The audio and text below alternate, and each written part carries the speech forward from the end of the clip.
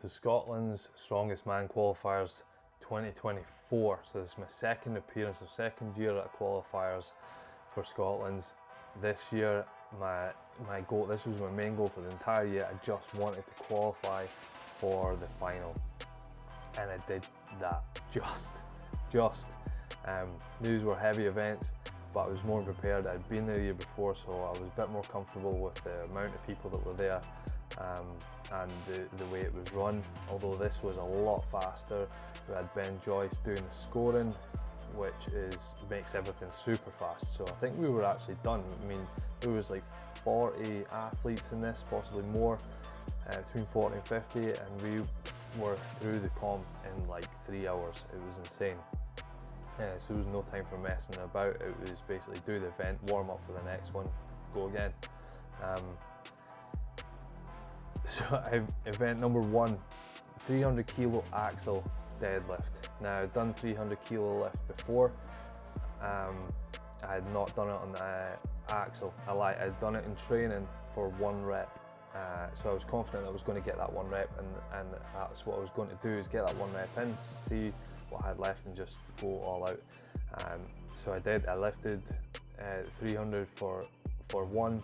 I got a 2nd rep, even went for a 3rd one. That wasn't to be, but I was really happy with 1 rep PB, 2 lifts on the 300 axle. That was a good start to the comp and a big confidence booster. If you've been to these comps before, you know that after the first event's done and out of the way, the nerves kind of settle a little bit. Event number 2, so 135 axle floor to overhead. Now I had done this previous in November the year before, so a few months before. It hadn't been going well in training, but I had lifted it before, so I knew I could go again. It was an equal PB. I got it for 1 rep. I did go for the 2nd. It felt a lot heavier than I was expecting it to feel. I'm trying to convince myself that it was lighter than how it felt. Went for the 2nd rep. I got the clean to the belt okay, and then switch grip, went for the next part of the clean to rack, and my grip just gave out. So I never got it. I didn't zero the event. I got 1 rep on it. I'll take that. So event number 3, the steeplechase. Now I took this kind of easy to start with. I hadn't done the full run through in training. I'd done something similar.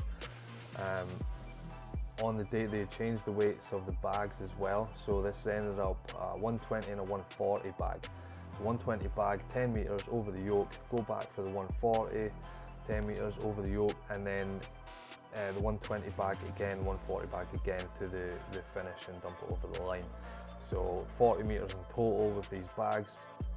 I started off kind of nice and slow because I thought I was going to gas out earlier than what I did, and I didn't. And then so I kind of picked up the speed once I was over the yoke, once I knew I had gotten the 140 and it felt okay.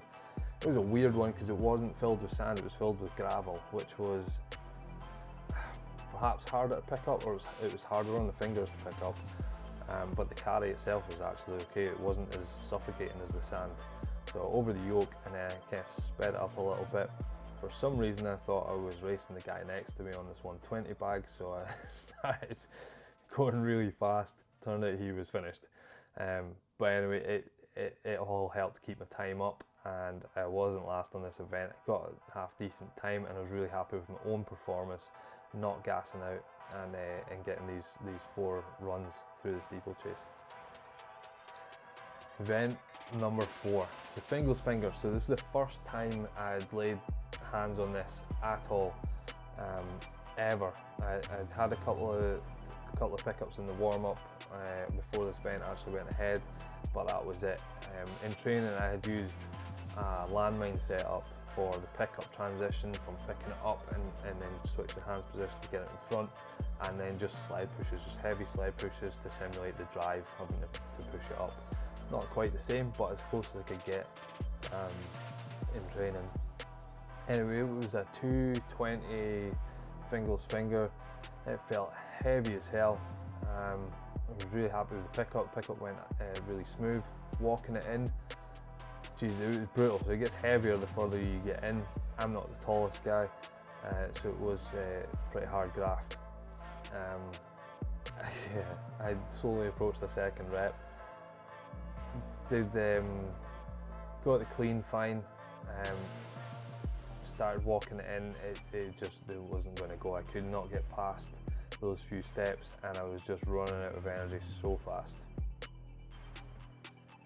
The final event, what's become my favourite event, stones. Now it was all the same height, which was awesome, and I got a really clean first lift with the 120, 140 went up one motion as well. I was feeling pretty good. The stones were moving well. 160, a little bit slower on the lapping, but loaded it no problem. The 180, which was a PB for me, went up really nice, and even got in my head that I had a shot at the 200. I did want to get hands on it at least. I did go for it. I mean, the first 4 stones went up really nice, so I figured, what the hell, went for the 200. It's a massive stone. I got it, I think, picked to my knee, did I? No, not quite.